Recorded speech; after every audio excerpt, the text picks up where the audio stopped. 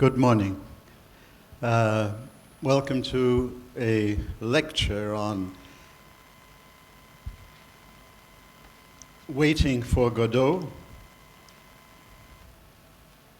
by Samuel Becket. This play caused quite a shock in the middle of the 20th century. It was perhaps the best ever example of what came to be called absurd theater, or theater of the absurd. And so much of what I'm going to try to do in this lecture is clarify for you a little bit within the course we're taking the notion of absurdity as it's being referred to in this particular work and in connection with what we're doing in CVSP 204. In order to do that, I have to give you a lecture. I'd much rather just be presenting the play for you in a play reading. We used to do this. This is the old West Hall stage before this one was came to birth. And that's Professor David Kurani on the right, playing Estragon. The person playing Vladimir is no longer here. Later on, you might recognize somebody who comes on a bit later. But we used to do a play reading of this play, and we're hoping to continue that tradition again, perhaps even as of next spring. So I will keep this going there so that as you get bored by me giving the lecture, you can at least have something visual to be watching. It's a dramatized play reading of Act 1 of the play you are reading, which is in 2 acts. And that's going to be one of the questions you'll want to address. Why is this a 2-act play, whereas plays are usually 1 act, 3 act, 5 act, sometimes 4 act, sometimes rarely 2 act. And so why did Becket choose to present his work in a 2-act play?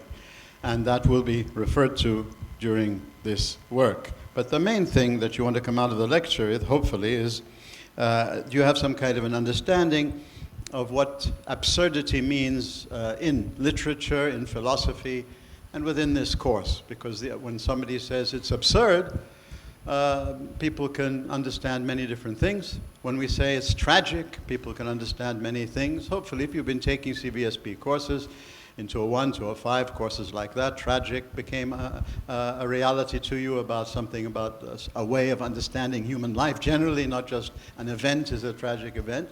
And so now with absurdity, because in the middle of the 20th century, it very much reflected a mood of Western man, certainly, or European man, and America and Europe, Western man, a kind of malaise, a kind of discomfort that they came to. You've already had Freud, and you know Freud's book that you've read, one of the first titles he gave it before it became Civilization and its Discontents was Man's Malaise in Society. Discomfort, you don't belong, alienation, this sort of feeling about, that came to bear in a world of, in Europe where so much had happened, there was so much progress, there was so much hope in the modern period with science and technology and discovery and all sorts of things, so much hope going on. And then at the same time, there came World War I, and then the Great Depression, and then World War II. This came as a kind of a wake-up call to the human being who thought that, the comfortable world, in a sense, that was being created, the bourgeois comfortable world that was being created in the West, the consumer society, you students are the consumers and we're the ones who are marketing things to you. This whole thing was coming to bear, and this, of course, was how people like Kierkegaard and then Nietzsche, which you've read, and Dostoevsky and the prophetic thinkers of the 19th century felt like a disease was hitting the human being through all this, despite all this scientific progress and progress in so many fields. The human being somehow was becoming dwindling into a kind of a caricature of what the human being really is meant to be. Living off living for comfort, living for your comfort zone, living for the bourgeois ideal of that. And so hopefully already with Nietzsche, you've been seeing some of the, how Nietzsche scathingly blasts away at this kind of what was happening to the human being. This is the heart of Nietzsche, not just his conclusions, which may interest you, may not, but the spirit of the man was was a kind of a wake-up call. Well, by the mid-century, you now had people writing plays of this type, and this perhaps is the best example of it, really, the simplest to understand what was going on within this whole thing. Human beings who came to the conclusion that that life is neither tragic and heroic, because tragic always meant heroic. This was the Nietzschean spirit, the tragic, heroic spirit. We don't live for happiness. We live for excellence. We live for the Uberman. We live for doing something great, something you're leaving our mark on what's going on. And as he said, what he sees is not the survival of the fittest. He sees the survival of the unfittest. He sees the leveling process of this understanding of democracy, which is not and by no means the true meaning of the full essence of democracy. So now life was not tragic, heroic in any way, nor was it comic in the sense that comic meant that it makes sense, and if we do our best, we can improve things, infinite perfectibility of man, automatic progress. That's the meaning of comic now in a philosophical sense, not ha ha ha. But is life tragic, is life comic, or whatever? No, life had become now this one conclusion about life that Becket is giving us is life is absurd. Life is absurd. And meaning, you see, so very, very important. In psychiatry and psychotherapy and psychology in the 20th century, after Freud, some of the critics of Freud, and you should read the critics of Freud, because it's much more interesting than just Freud, to see how that developed. He sparked off something, but then one of the main critics of it was telling him, sure, sex and aggression and all the things you're talking about are real, and we need to understand them, and they're all that. But that's what really makes a human being move. What really moves the human being is a search for meaning. Meaning. When you stop feeling there's a meaning to life, then life stops having any real substance. And so this conclusion about life, that life can be understood as absurd, its basic meaning is this. There's no satisfying meaning. There's a meaning, there are many meanings. You can explain away things without explaining them, and you can give meanings without giving meaning, because these terms are now being used in the deepest human sense of it. If I don't have a sense of purpose, a sense of meaning, I will dwindle. So sex, aggression, very important. All the things that Freud and others would speak about, but meaning. And so now here we're seeing played out in drama now, this whole, that's what this experience, the experience of Waiting for Godot, when it's being presented as a play and when you're approaching it, it's what it's meant to do is to give you a direct experience of the absurdity of life through everything that happens in this play. Not just to write about it, or Sartre writes about it, and Camus writes about it, and many people wrote about it, and Shakespeare even had many things in it, in his work where you could see something of the absurd there. But primarily now you have a play that's fully focused on presenting to you directly, and this is art as opposed to philosophy or anything else. Art is meant to give you a direct experience of something. It's meant to draw you in to the artist's creative mind and what he was doing when she or he was doing when they were presenting their work of art. That's why if you just take a look for a minute at the picture, at the photocopy, unfortunately I'd like to give it to you in color at least, but it would cost too much. You can look it up now on the web for yourselves. Guernica. Have any of you ever been exposed to Picasso's Guernica? All right. This is one of the most famous paintings of the 20th century.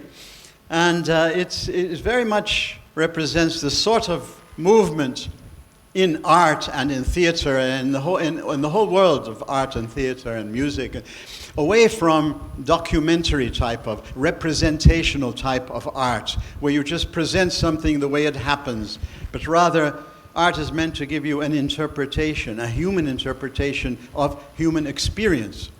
And so Guernica, of course, is the Spanish Civil War in the first half of the 20th century. For those of you who, you should know some bit of the history of the 20th century. There was a lot of ferment there. But in Spain, particularly, there was the Spanish Civil War. And Picasso presented this great painting out of that experience. And so when you take a look at it, notice the fragmentation. No, this is like, a hand grenade has been, somebody, la samahallah, comes in and blows himself up, and you take a look at at this whole thought after. You'll get a picture of what he was saying. This is what people were living at the time. This is reality, not the philosophy and the art and all the theoretical stuff that you talked about. We're living this civil war, and we're living what's happening in the mid-20th century. We're living all this ferment, and how can I capture it in a work of art? Well, Guernica is one great effort to do that. Well, Waiting for Godot in the world of theater is a stellar example of this. Nobody else, I think, has ever been able to present this notion that life is absurd so succinctly, so well. 2 acts only. And one of the reasons for this is because what happens in the play, let me read out some things to you so that I don't just ad-lib. Let me get you into what the play is all about. Actually, maybe that'll help then my commenting on it. Well, first of all, Becket was born in 1906 to middle-class Protestant parents near very Catholic Dublin, Ireland. A bright student of modern languages at Trinity College in Dublin. Upon graduation, he taught at the prestigious École Normale Supérieure in Paris between 28 and 30, returning to Dublin to hold the position of assistant lecturer in French at Trinity College. 2 years later, he left an academic career to travel around Germany and France until in 1937, he decided to settle down permanently in Paris. During World War II, he joined the Muqawami, the French resistance, working near Avignon as an agricultural laborer. After the war, he settled back in Paris and decided to write in the French language. Think about that. So, because if you write in your own language, you can tend to write cliches, you can tend to write, things just to show how clever you can use the language. By forcing himself to write in the French language, he had to force himself to think about every word he was saying.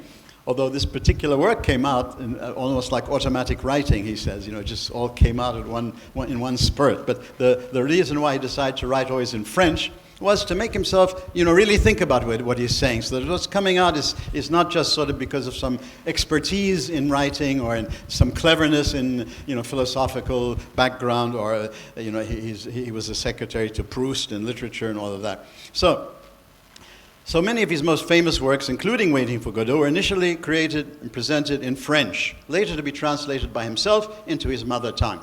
In 1959, Trinity University bestowed upon him an honorary doctorate in letters.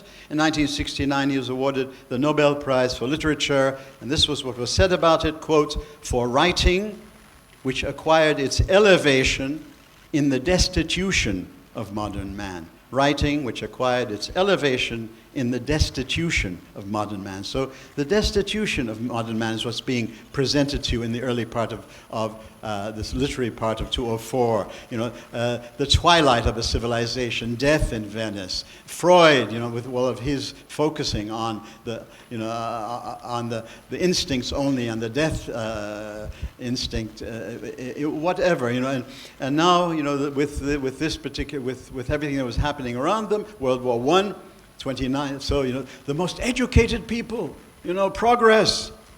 We're carving away at each other in Europe. Okay, World War I, so much for the perfectibility of man, or that science is going to bring heaven on earth, or all the slogans of those who were into the Enlightenment ideals. Then you had World War II.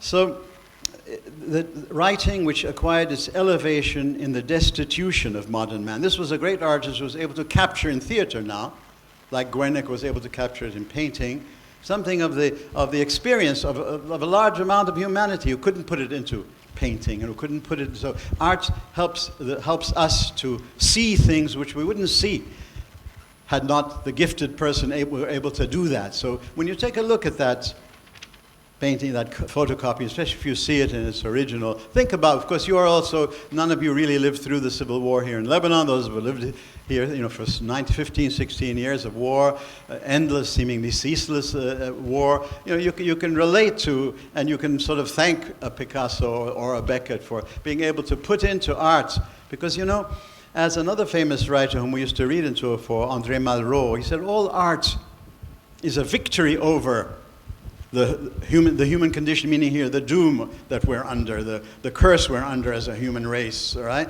All art is a victory over that. That's where we, so this is the whole aspect of tragedy, of course. In tragedy, it's Oedipus's heroism that's great, not the gods and the cosmos and what's happening around him, but rather the human being, Gilgamesh, the great human being in that world, not the gods or the system or anything else. What's great is the human being who carves out meaning in a seemingly meaningless world. So now in the 20th century, this was being presented very concretely, given to what was happening around, in this kind of work. So for writing, which acquired its elevation in the destitution of modern man, the twilight of a civilization, death in Venice, Freud telling you, all your delusions about yourself as somehow rational man or romantic man or all the things. He calls this putting makeup on you in the morning.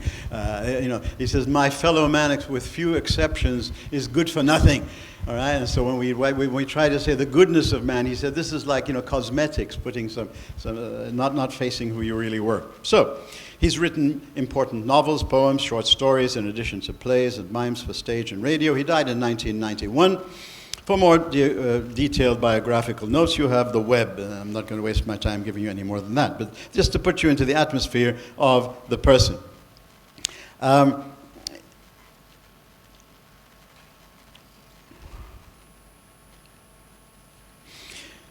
To understand this play, because it's a play, and like on my fly sheet there I have for you a play, almost, action, plot, character, setting. All right, if any of you were exposed to Oedipus, because that's in our CVSP world, 201 and 205 and 207 we do Oedipus the King. It's up to you if you've never had it, but Oedipus the King was a great model of a play that has has character. It has sorry. Let me just read this off. It starts off with a definite situation: the plague in Thebes, the need to discover and remedy the cause of the plague. The situation has a clear development as bit by bit the truth was revealed to Oedipus until finally all the issues, tensions, problems in the play reached their climax and then resolution, and the play ended. There was a clear storyline proceeding in a linear direction via plot and action. Moreover, Sophocles presented us with carefully created characters: Oedipus, his mother Jocasta, the prophet Tiresias, the shepherds, etc., people with a past as well as a future, human beings who for the most part spoke, acted, and reacted in a way easily identifiable as portraying meaningful human activity and behavior, thought, and feeling.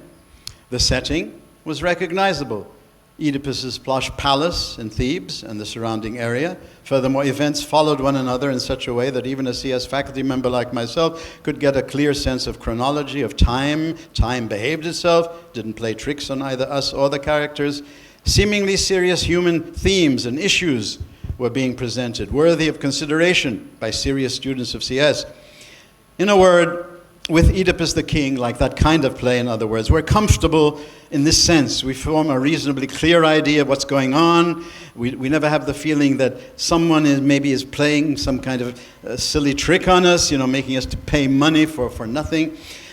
Any discomfort and bewilderment we experienced was connected with poor old Oedipus and the horror of his objective situation. He had to kill his daddy and sleep with his mommy, no matter whatever he tried to do. All right, but other than that, there's no confusion, there's no ambiguity in terms of the storyline, what was happening, the characters. Becket's Waiting for Godot, on the other hand, offers no such comforting qualities, features, or characteristics. No comfort. The curtain opens, we don't know where we are, alas, neither from the setting itself, nor from anything the actors do or say. Two characters, Vladimir and Estragon. They call each other Didi and Gogo. Vladimir and Estragon, dressed in Charlie Chaplin-esque type costumes of a gentleman manqué, someone who was rich, European civilization, but now is a bum on the streets, okay, but still wearing clothes that, the Charlie Chaplin type of costume that sometimes you see him if you watch any of his. They co-inhabit a place which is totally free from any specificity. It's like a dreamscape, it's like a shot of the moon, surrealistic. Neither we nor they know where it is geographically, nor will we know any more about it by the end of the play. Who are the two characters? Well, again, we share in the characters' own ignorance. Neither they nor we know anything of consequence as to their identity, background, biography, in a word. Vague remembrances, disconnected phrases here and there, but no solid facts. A little while later, we meet two more personages, Pozzo and Lucky. They're on the stage, I think, up there now. But if we had any hopes that their appearance would shed any clear information on the subject, their exit leaves us even deeper in the dark. For now, instead of asking ourselves, who are Vladimir and Estragon? We wonder now, who are Vladimir, Estragon, Pozzo, and Lucky?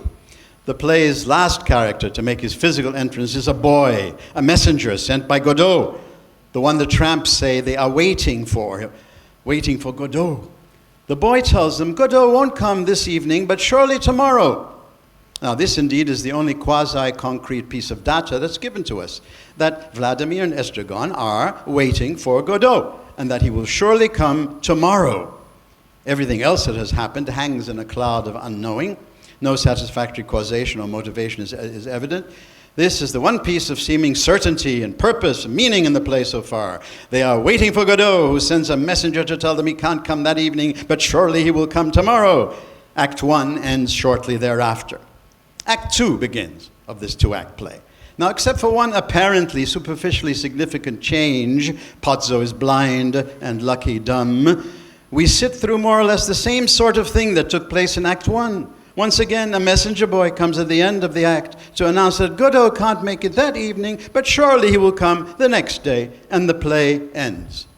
Bukra bil mishmish, for those of you who know Russian, in other words, all right? So, the time has passed with the characters doing many things. There's lots of activity, but there's no action. Action has purpose. Action gives meaning. Activity is what you do. Remember, you already had this in Freud. You know, he said at the age he reached, he couldn't write anything more serious. So, you know, he wrote Civilization and its Discontents just to pass the time, passing the time. That's the key issue in Waiting for Godot. What we do in life is activity, never action. It's just passing the time. And what are we passing the time for? Waiting for Godot. What is Godot? Okay, you know, obviously by now, the meaning is something that will give us serious meaning to our lives. All right? 2 acts. Why 2? 1, you would think, well, maybe he'll come tomorrow. 3, it would be boring, artistically bad. All right, just a third repetition. But you need the 2 to get the point that he's not clearly coming. He may come. You see, everything, limbo. There's never, you're never clear about anything. Will he come? Won't he come? If you know he won't come, that's too definite. If you know he will come, that's too definite. And that would give some kind of, you know, purpose, some kind of meaning, something for action. But rather, all we do in life is wait for something to come that will give us this, will take us out of this bondage, this limbo, and put us into either hell or heaven, but with some meaning. So the time has passed, okay, with the characters doing many things. So it's great fun, by the way. It's great fun to act. It's great fun to direct it. It's great fun to, when it's done well. It's it's meant to be something fun. It's not meant to be serious and solemn. That kills the play when people do it that way. All right, it's meant to be full of fun. He calls it a tragicomedy, but not in the typical sense, the technical sense of a tragicomedy in literature and plays. Everything he gives is his own meaning. It's a tragicomedy in the sense that it's neither tragic nor comic. All right? A tragicomedy has a meaning. But in his sense, this word is neither tragic nor comic. It's at the same time tragic and comic, and therefore there's no resolution. All right? It's just paralysis, equilibrium, a status, a low-level equilibrium. You never quite know what's going to happen. That's what the whole play tries to express for you. So they're doing many things, talking, arguing, eating, bickering, thinking, urinating, dancing, complaining. We've been entertained if it's done well, or bored if it hasn't, moved to tears or laughter or boredom, confusion and perplexity. Where are they? Who are they? What are they doing? What's happening in terms of some meaningful action and development? Well, we may understand one critic who first attended the play. The next day he wrote, "Nothing happens. twice. Nothing happens twice. But you see, that has meaning. Right? There's nothing happens. It isn't that it was boring or that it has no meaning whatsoever. The meaning is life is absurd. Life is a paralysis. Life doesn't give you any clarity so that you can go in any definite direction. But your conclusion should not be, if you conclude you should commit suicide, you're illogical because you're claiming you have something definite. All right? Or if you claim we should hope, there's hope, that's, again, you have no basis for either hope or despair. All right? You hang in between. And Becket says he loves a phrase that comes from the New Testament. Christ was crucified between two thieves. And he says one of the thieves was saved and one of the thieves was damned. Now that's of course not in the New Testament because it never tells you who was saved or damned. That's supposedly something only God knows about. But a person reading it can get that conclusion that obviously this guy must have been damned and this one must have been saved. He says, I love that phrase because it gives you a perfect balance. Neither despair nor hope. He says, don't despair, one of the thieves was saved. But don't hope because one of the thieves was damned. So this is the spirit of what he's trying to do through this whole play. Now, as you read it, of course, it's going to be much harder for you to get that. But I'm giving you all this as a kind of a clue. Keep this in mind as you try to read it yourselves, and try to see what's happening in this particular play just by reading it. Unfortunately, hopefully, you'll see in it that this is everything he's doing is in one way or another trying to show you how there's only activity, not action. We always find something, ADD, to give us the impression we exist, is one of the lovely lines in this work. We always find something to give us the impression we exist. So we pass the time, we do things, we build civilization, and civilization and its discontents, all right? What is civilization for Freud? Just a defense, sort of a compensation for the fact we can't get what we really want. Sex and aggression. Finally, even aggression was later in his life. That's what we really want because we can't have it. What do? We build civilization. You see, sort of this sort of whatever the word is for it. That the life is really nasty because it's getting us to do things to build civilization, but we don't really want that. We want something else. They're forcing us to marry this person. We really want to marry this person. This is the atmosphere of this sort of that's into all of this. So basically, then I do want to go on with some of the points on your fly sheet so that you can. You get something clear that you can look at. But before I do go any further, I do want to make another comment, general comment, and then I'll make a few comments on some of the main points that are there on your fly sheet. Basically, the artistic atmosphere, the atmosphere in the world of art, in other words, was anti-realism, because by the end of the 20th century, so much stuff was happening, just sort of sentimental, flowery, happy endings. They changed King Lear to the great tragedy to have a happy ending. Everything was going into that direction. And commercialism, we don't have any of that today, of course, but commercialism and that sort of a thing. So there was a reaction against this and saying, no, theater has to, all of art should be scientific realism, really is the basic atmosphere. Environmental realism. It should present to you life as it is, so that you will take a look at what's really happening in the socio-economic, political world around you and the psychological world. Science, the scientific determinism became the main rubric there. And so all art and theater itself should be presenting works in a way that clear, documentary style, presenting something about a real issue in society to wake you up to it so that you will do something about it. Okay, so the art should be realistic, naturalistic, all right, in that sense. A great reaction to this happened immediately amongst artists, saying, hey, that's not art. Art is giving you a subjective interpretation, a human, I hate the word subjective because it has negative meanings, but here the subject, the human subject, presenting something that they're seeing, that they're living. Sight is life in this sense, and presenting it through art. And so in this whole world of anti-realism in theater, well, in art, you have expressionism, Dadaism, surrealism, cubism, all kinds of movements came up in the world of painting and art. But in the world of theater, We had crap. Anybody know what crap is? Have you ever heard that word before? Crap? Well, you're lucky. Okay, but crap, C-R-A-P, okay? Theater of cruelty, theater of revolt, theater of the absurd, theater of paradox. 4 movements at this time within theater. You know, to present life, you see, is full of cruelty. Life is a question of revolt. That's what we should be doing. Life is absurd. There's no clear meaning. Life is a paradox. Crap. Okay? So all of this is certainly not socioeconomic environmentalism, scientific determinism. All this is a challenge to the human being to delve into the ocean of human experience that cannot be put into a computer or into just simply, leave that for science and for technology and for all the stuff there. But for the human world, the more expansive it is, the more challenging it is, the more ambiguous you are presented with things, the more you have to delve into it to find the meaning or to give the meaning if there's no meaning there.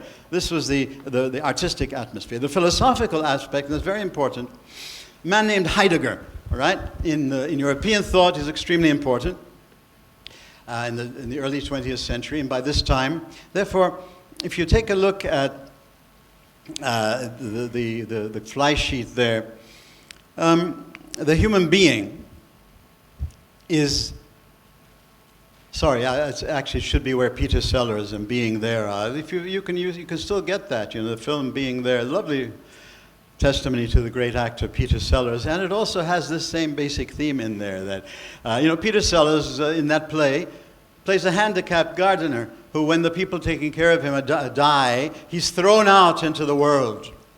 And in the world there, now people start to meet him, and they read into him all kinds of meaning, where he's just him. He's just saying what he's saying. There's no thought in there. There's no meaning. But people sort of are reading into him because they're hungry for meaning, and so they read into something where there is no clear meaning. They start to read in everything they want to see in him. By the end of Being There, he has become a Donald Trump. He's become a candidate for the presidency of the United States of America. So the play is a very nice play there. But, sorry, for those, I hate to insult you Trump lovers, but the point there being that this is what Becket himself thinks about this particular play. He thinks it's a play where what you should see in it is no clear meaning, and that you are being invited to invest yourself into what do you get from this play. What do you understand from this play? And then fine, that's the full stop. He says, I put no meaning into this, and if people want to find meaning into it and want to write critiques and want to give lectures in CS about it and get a headache, he says, well, let them get their own aspirin, all right? So when I give you a headache, aspirin is going to be poured out there, all right? Because I have to, in CS, I have to give you an interpretation. So I'm going to give the interpretation through the philosophical atmosphere as well as the artistic, which I've already done.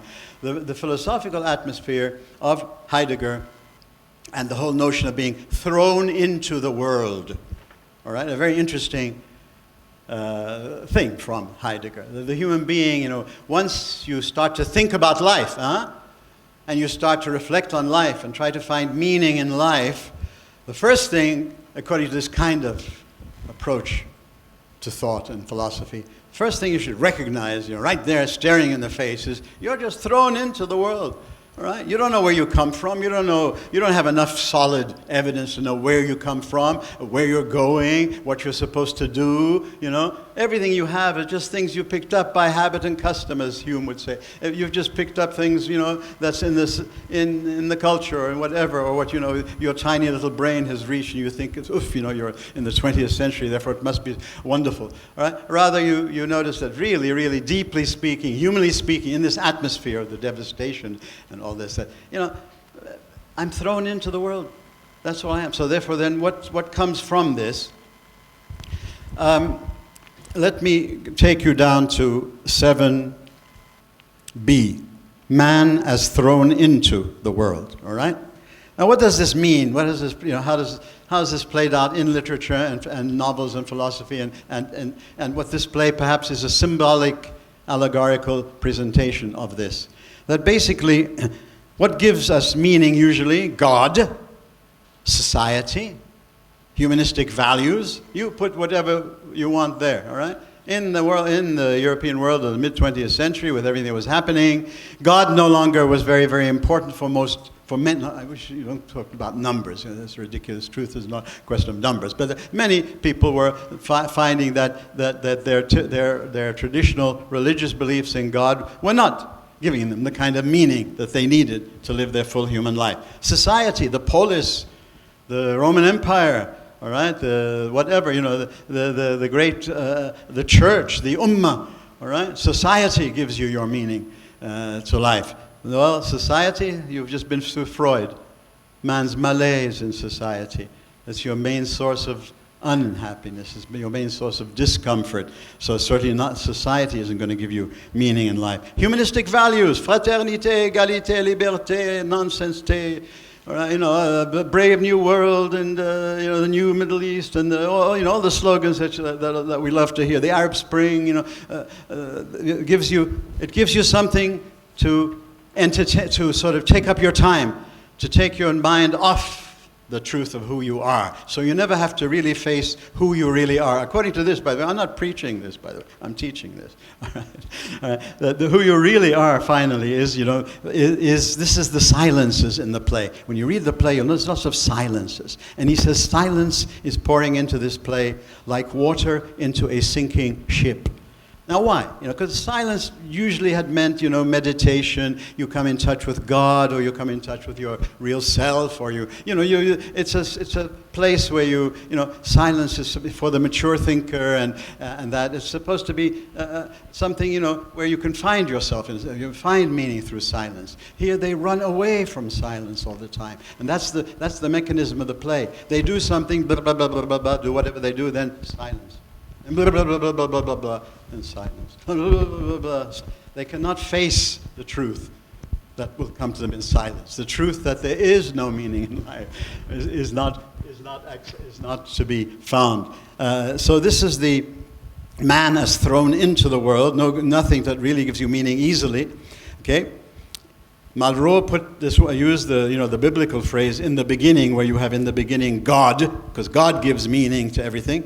Now he says, no, in the beginning, solitude, the inescapable aloneness, not loneliness and you find a friend, aloneness, in the middle of all your friends, in the middle of being a comrade in a Marxist revolution in Malraux's book, Man's Fate. I'm alone. Nobody understands me. I barely understand myself. There's no meaning even in terms of my self-identity. I'm alone, alienation, total alienation, solitude. That's the first truth. So you've got to start to go through truths that reveal themselves to you as you think, phenomenologically, not just sort of by analytically and abstractly, but something you're describing because you're experiencing it. All right. So this is one experience on the way to building the truth about your own humanity. Okay, solitude, no fellowship, no empathy, no communication. Language is impotent. So notice the use of language in this play. Language is broken down. They speak at tangents to each other.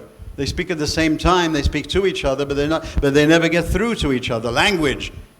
الإنسان الحيوان الناطق. The man is his pride is he has language, right?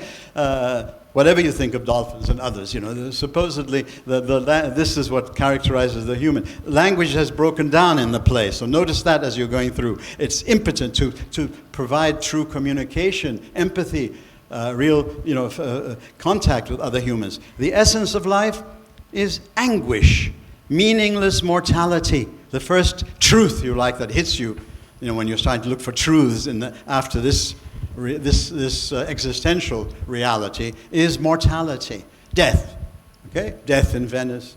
Death is from Gilgamesh. The first thing that they were looking for. Death is seemingly something everybody is interested in, but it's meaningless. Notice that term there. That's very, very important. Not just mortality, because people find answers to give them some meaning to death. If they believe there's an afterlife, if they believe there's reincarnation, if they believe whatever they believe, if it's just going to stop and you're never going to feel anything anymore. People give some kind of meaning to death, generally speaking. Here, there's no clear meaning. meaninglessness. And because there's no meaning to death, and because death is such a horrible existential reality in human life, this meaninglessness is the horrible aspect of this philosophy of the absurd. It's meaningless.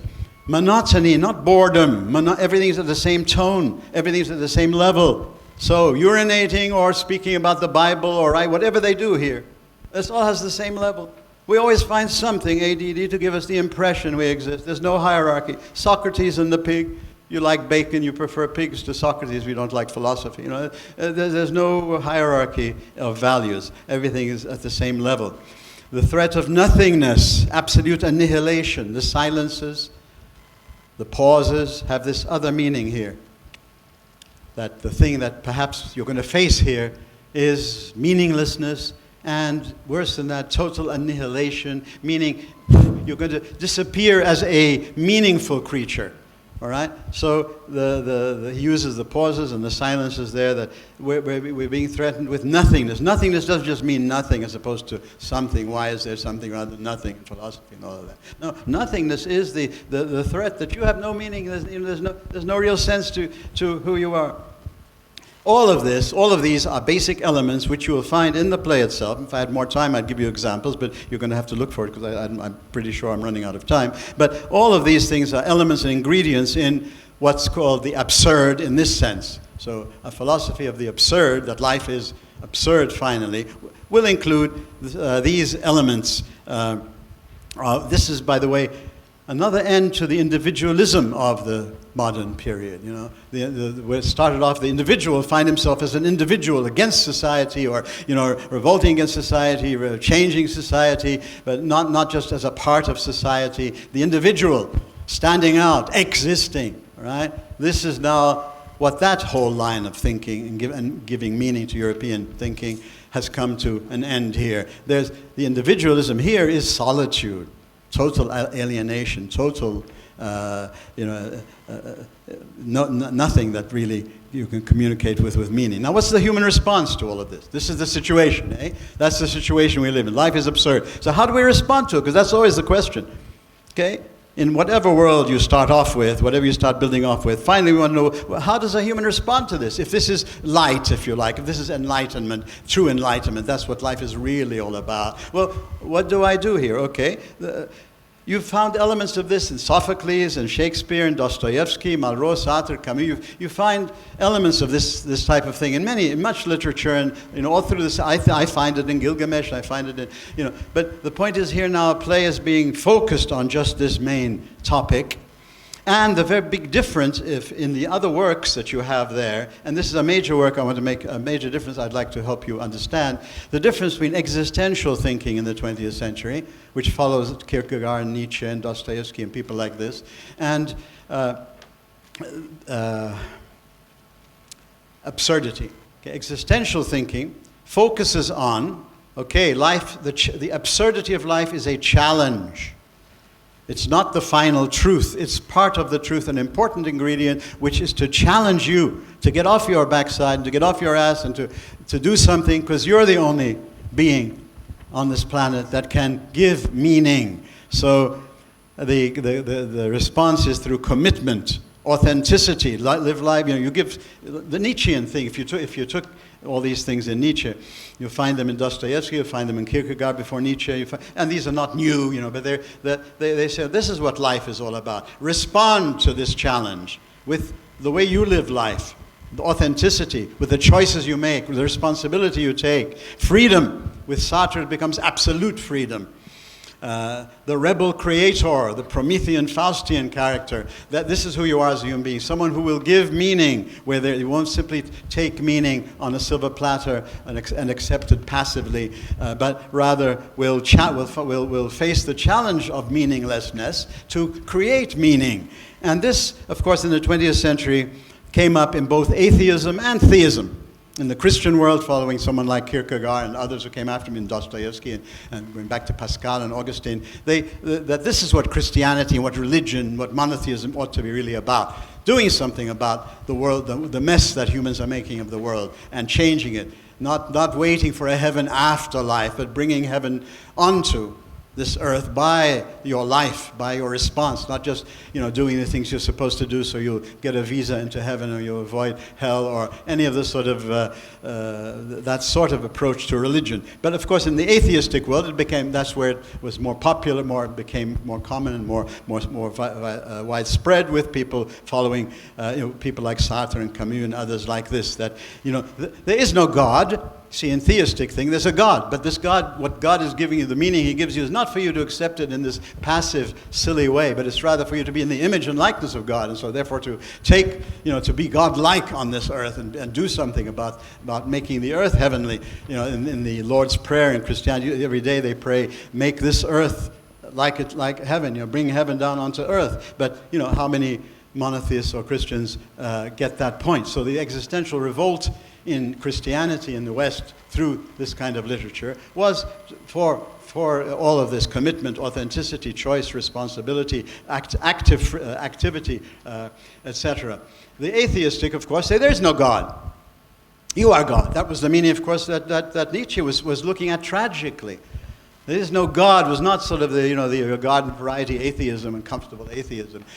For him it was a shocking thing. There is no God. And we have killed him. He says in the God is dead. But the response he took in his atheistic response was, I have to be God, and therefore I have to live at the highest possible level so that I can give meaning and I can bring in a higher level of humanity, the Uberman, in everything that I'm trying to do. I can be a master rather than a slave, because you can be a master or a slave in anything you do. It's not the function of this particular ideology or this particular religion or this particular philosophy. The master and slave morality, and if you understand Nietzsche, is the challenge of every human. The challenge, are you going to be a slave? You're going to live your life in the slave way? Whatever is your ideology. Or if you're an atheist, you can be a slave, not just if you're a believer. So in Becket, however, now in the absurd, in the world of the absurd and absurdity, all this stuff is just giving yourself the impression you have meaning and you exist.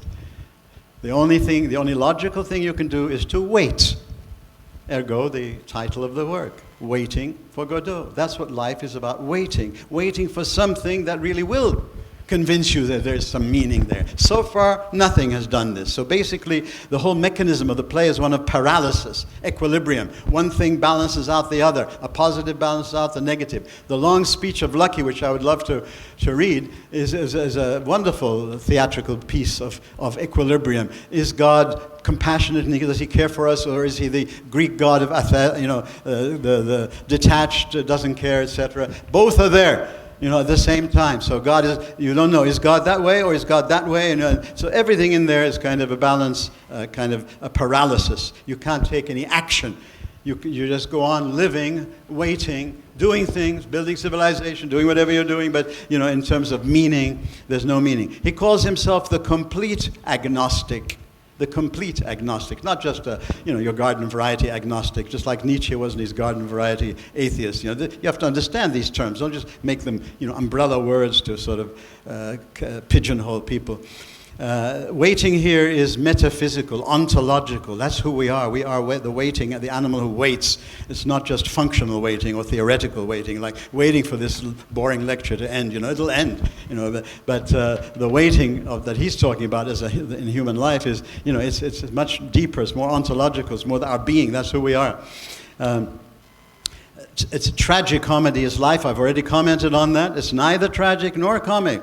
Tragic comedy in theater has a specific meaning, so don't look up for a dictionary, for heaven's sake, don't look for dictionary definitions of some of these philosophical terms that we use when you get into looking into literature and philosophy. See why does he call it a tragic comedy? Look at the play and see what he's doing in the play. It's at one and the same time it's tragic, and at the same time it's comic. Freud, Thucydides, Sophocles, many people had explored this kind of aspect of life, but here you have the message. The medium is the message. The medium itself gives you all of this. They're not writing prose about it, but the play itself is giving you these things directly. The medium is the message here. That's the greatness of this particular work. It is therefore the spirit, the ethos of the failure of the gods of modernity and all the promises, as well as any other promises that still are living, all gods here, meaning not just one particular religious belief, but the perfectibility of the human being, automatic progress will bring heaven on earth, all this stuff, that all these gods have failed. And so now you just have to wait and see. Maybe something will come that will give. So what is Godot, therefore, finally, for you and me, for each one of us? Anything, the expectation of which keeps us living, keeps us waiting. Living is waiting. Whatever keeps us going, that's our Godot. So think for yourself from this point of view. I'm teaching you this, I'm not preaching it. But empathy means put yourself in the place of this whole thing and do the exercise of what do you think from this point of view, from this perspective, as Nietzsche would say. Perspective, remember, is not relativism. Perspective is a serious human understanding and take on life, which other humans ought to take seriously, even if they disagree with it. And they can't disagree until they really empathize to understand what's being talked about, so that you don't get superficial external criticism of something, or rejection, or acceptance. So Godot, therefore, presents a life of minimal hope. And then after I prepared this lecture, I read Alfonso Sastre, not Sartre, and he called it hopeless hope, which I thought was brilliant, much better. That's more in the keeping of this equilibrium. It's hopeless hope. Right? So Becket, you see, didn't like it when people told him, you've left us no hope. He says, you haven't understood my work. My work says there is a hope, but it's this kind of a hope. It's not the sort of hope you've been used to thinking of as hope. There is the hope of waiting because something could happen. At any moment, something can happen. All right?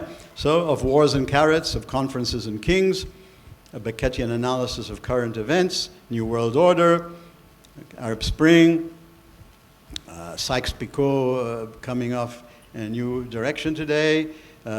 Maybe we'll have a president before Becket, before Godot comes in Lebanon. I don't know.